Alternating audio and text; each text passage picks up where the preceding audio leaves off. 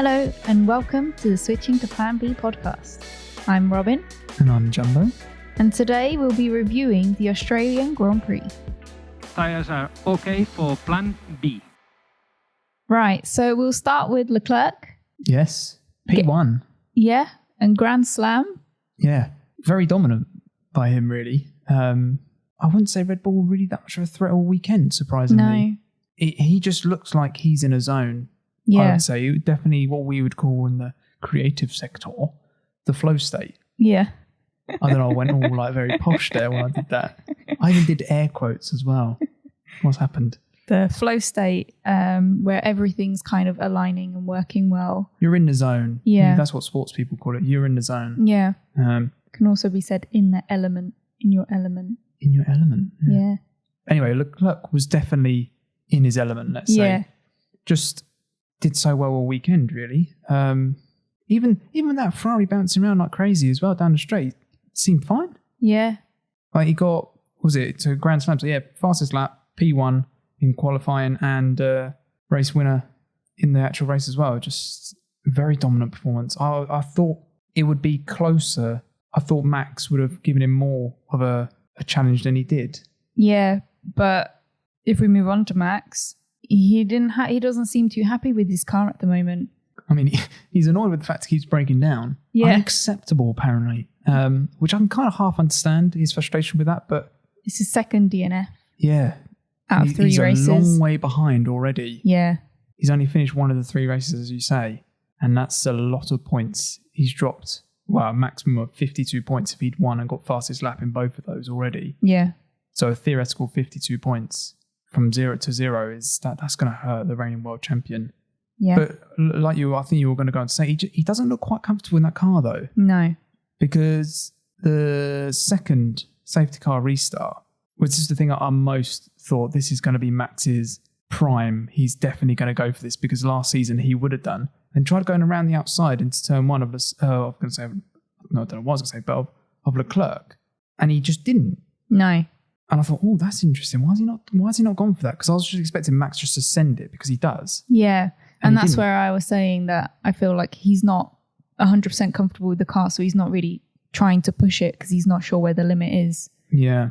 Well, which would make sense because, the noise that we've heard coming out of it, that it is a more understeery car than an oversteery car, which is more to Perez's liking than Max's liking. Yeah. So, yeah, and then the fact that it just keeps, we can't exactly quote what he said, but basically it just keeps pooing itself. It does, yeah.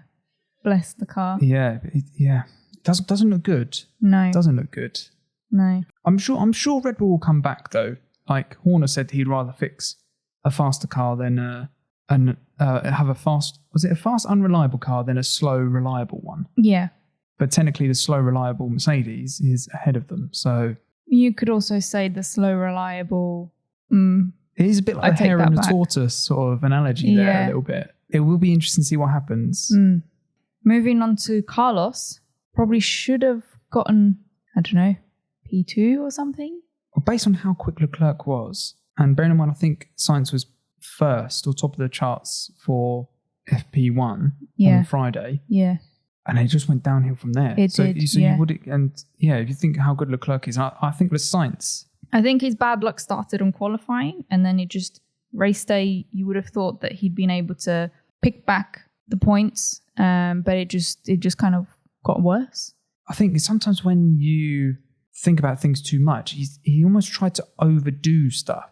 Like he went back at the beginning because he had to change his steering wheel on the grid, which wasn't ideal. And then it was like he tried to overtake when the tyres weren't fully up to temperature, so he didn't have as much grip, went out wide, and ended up beaching himself. It was a very un-Carlos thing. He's normally quite a patient, picks his move sort of thing. I think it's almost like he got a little bit of red mist and just wanted to try and get past everyone on that lap. Yeah. And it just went from bad to worse from him. I just think another title contender that DNF'd, or a possible title contender that DNF'd, and Leclerc is just laughing at the moment. He's so far ahead of everyone. Yeah. I was really disappointed because he used my turbo points. Turbo driver, yeah, same. Yeah, Carlos is going to lose a lot of points. I think you actually get double minus points. They get minus points, so you get double minus points. Oh, it's all right. So I was already bottom of the league. We're going to have a shocker there. Yeah. in fantasy F1. So Checo, Russell, and Hamilton battle for third. It was quite interesting. Yeah, throughout the race, wasn't it? There was one point where it looked like Hamilton got the upper hand over Checo. And that was quite good driving between the two of them. They always do, though, don't they? It was quite, even last year, I thought the battle between those two was really good. Yeah, I think because they're maturer drivers, right? I think that they understand each other a little bit more and they know how far you can push someone. Yeah.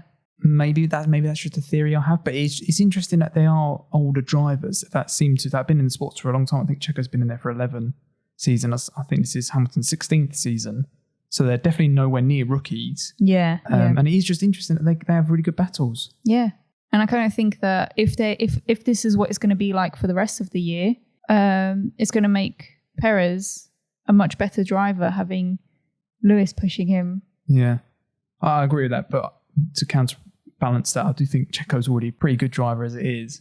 Yeah, but I wouldn't say he's in the same league as Hamilton.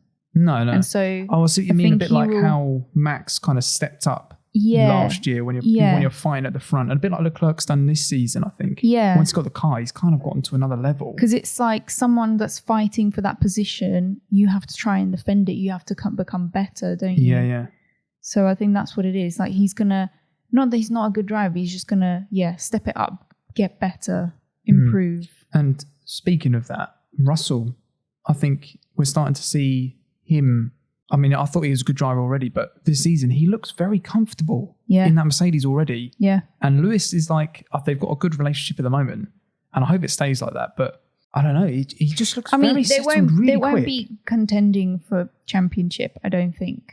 I mean, I know it's too early to tell, but it does look slow. But I've got a fear. And in Russell the back of my brain. is P2 at the moment, so you never know. But that's amazing that it's P2. But I just have this notion that Mercedes are all of a sudden they're just going to click, and all of a sudden they're going to have massive pace just out of nowhere. Yeah, and they're going to be right up there because it will be the most Mercedes thing to do. Yeah. Just all of a sudden turn up one weekend and the package is just unbelievable. Yeah, and it will stay like that as well. Yeah. So Russell got P3 in the end and Checo P2. Which you were claiming is his first actual podium. Yeah.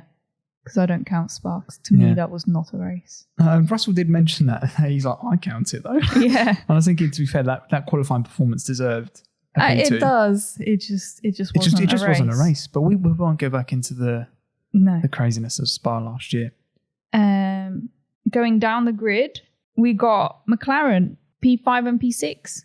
Big shock. Wasn't expecting that. Yeah, no. I think I said Ricciardo podium. I think we both said that, didn't we? Yeah, we said our surprise. Just out of pure hope. But I think, I genuinely wasn't thinking that they would get like that. That's solid points. 5 and 6. It was good. That was really good. Yeah, and just interesting that it seems to be a bit track specific. Like all of a sudden, they didn't do very well in the Middle East, but seem to be back on a different circuit. It seems to be fine again. So it's very strange. Haas, Alfa Romeo, and Alfa Tauri completely drop.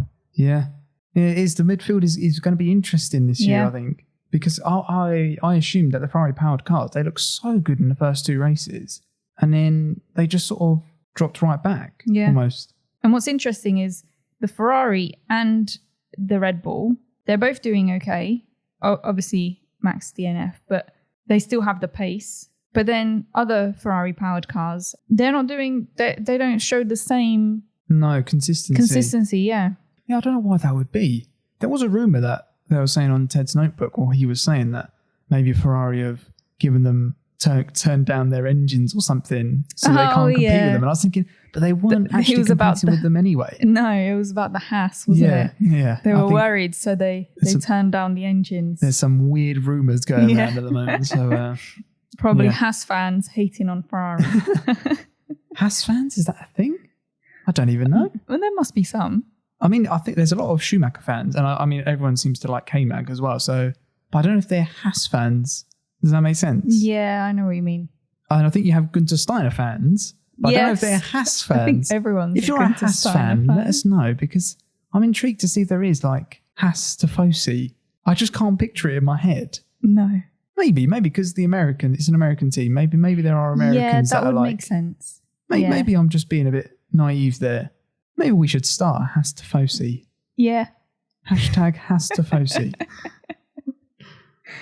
With the Contestiner logo. Yeah, no good. Anyway, back to the race.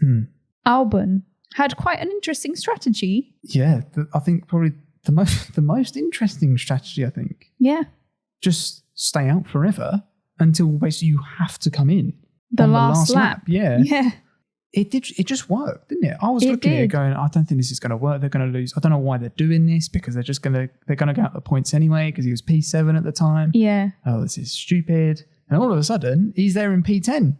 Yeah. At the end. And I was getting a point. Fair play. Yeah. Because let's be honest. That was impressive. That Williams, as well as that Aston Martin, they're rubbish. They are rubbish. They're really bad. It's really sad. I feel so sorry for them. Yeah, same. I quite like both of those teams and their drivers. But I just think, it doesn't look good for those two, does it? No. Like, if you've got Ferrari and Red Bull at the top, they're consistently at the top. Aston and Williams are consistently at the bottom at the moment. I know, yeah. What I wanted to say about Aston, we had Seb back this week. We did. It's good to see him. It is good to see him. But he had the worst weekend. I was going to say, a terrible weekend. Just everything went wrong. Yeah. Although we did enjoy seeing him on his motorbike. I think someone said, and I don't think it's true, but he probably had more time on that scooter than he did in his actual car. Because he was on that scooter a lot. For ages. Because he's going a lot slower than an F1 car, how many times did he crash? Like 3 times, I think. So that's 3 goes on the scooter. Yeah. I don't think it actually is right. He definitely would have spent more time on the F1 car, but he did spend a lot of time on those scooters this weekend as well. Yeah. He seemed to be enjoying it, though, as much as you could do. Yeah. But as much as Aston just in general was terrible. It was just slow, wasn't it? The Aston looked a bit slow. And then Stroll got in a weird situation with Latifi during qualifying. Yes. Yeah, which they was had just a crash. Peculiar. I'm not sure what was going on there. And then, I don't know, he just seemed to be he got a 5-second time penalty for weaving on the straights. And again, that was... he's been doing some questionable things, I think, Stroll. He's always saying it's not his fault, and I'm just a bit like, but you're in the middle of all of these things, so...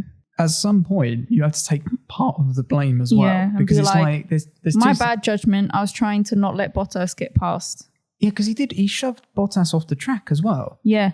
It's like he was like hating on Bottas for some reason. I don't know why. Bottas was just constantly receiving the worst of Stroll. Yeah. Does not deserve it. No. Poor Bottas. Yeah, the pants situation as well. So was it fireproof pants? And the drivers have to have fireproof pants. Fireproof. Apparently it was already a rule, but they hadn't clamped down on it. So my theory on this is that they saw Drive to Survive and they saw George Russell's pants. Right. And they went, they're not cotton pants. They're cotton pants. They're going to set on fire. So we should blame George Russell for this. I reckon so. I reckon it's Drive to Survive's invading privacy sort of thing. Yeah. At least they're wearing pants, I guess. Yeah. It could be Bottas. Well, I assume he wears pants for racing, but when he's in the sauna... Oh, when he was on Netflix, okay. Yeah.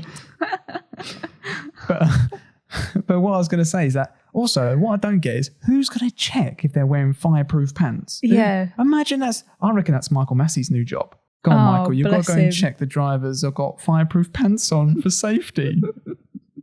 And what's to check? I don't know. Torch. I reckon like blow torches, blow torch their pants. Yeah. Can you feel this, George? No. He's got his fireproof pants on. Yeah. But what I don't get about it, like all joking aside, is that you've got the fireproof overalls on. You've then got the fireproof like long johns or underwear sort of thing on. So why does it matter? That's 2 fireproof layers. Why does it matter if they've got comfortable pants on that are cotton underneath as opposed to being breathable? To be honest, I don't know. But this also goes on to the second weird part of this, is that the piercings and jewellery side of stuff. You're now not allowed to wear any jewellery. No. And I think this is also weird because, again, it's under fireproof. It's not going out the car. Yeah. It's not hurting anyone. All it's doing is kind of giving these F1 drivers less personality. They're making them all the same. And they're all going to be boring robots again. Because that's what's one of the things that's done really well with F1 is that Lewis has his own personality. Lando and Ricciardo, they are hilarious and they're allowed to express themselves a little bit more than we were before. So it's a bit like if you start clamping down on this stuff, how far does it go? Are you not allowed tattoos anymore? You've got to cover all your tattoos and all of this stuff. Like, how far does it go? Yeah. I see what you mean. I don't understand the jewelry thing, to be honest. I don't even understand the pants thing, to be honest. I can understand the pants more because it's like, it relates back to safety and fire. But jewelry, I'm not sure it does make a difference. No, I don't think it does. It's not hurt anyone, is it? No. And the other rule that they did this weekend, that just reminded me, is the Max Verstappen side-by-side at the safety car restarts. It's not allowed anymore. Yeah, I mean, it's not technically, it's Max Verstappen's rule, but they didn't say it's Max Verstappen. No, but I understand why they've done it, but I also don't think it was hurting anyone. No. I thought it was mind games, and I quite like that. A little bit of gamesmanship. And I think that is the other thing I was going to say is that, in fact, I think it actually hindered him more than it did the other drivers anyway. Yeah. And it made it a little bit more exciting because you're like, oh, he's really pushing him here. Like, I find it annoying, but it doesn't, again, it wasn't like a safety issue. No, I'm not sure where that's come from. Yeah. That's out of the three of those, that's the one I understand the most. Yeah, agreed. Just going through the grid, obviously Clerk getting 26 points. Great weekend for him. Perez P2, Russell P3, Hamilton P4. We said McLaren 5th and 6th. Ocon P7, 6 points. Yeah, it's quite a race for Ocon, I think. Yeah, no, I was going to say, I don't think I actually saw him at all. P8 was Bottas, again, quite a quiet race. Don't remember too much going on there, but had a better race than qualifying.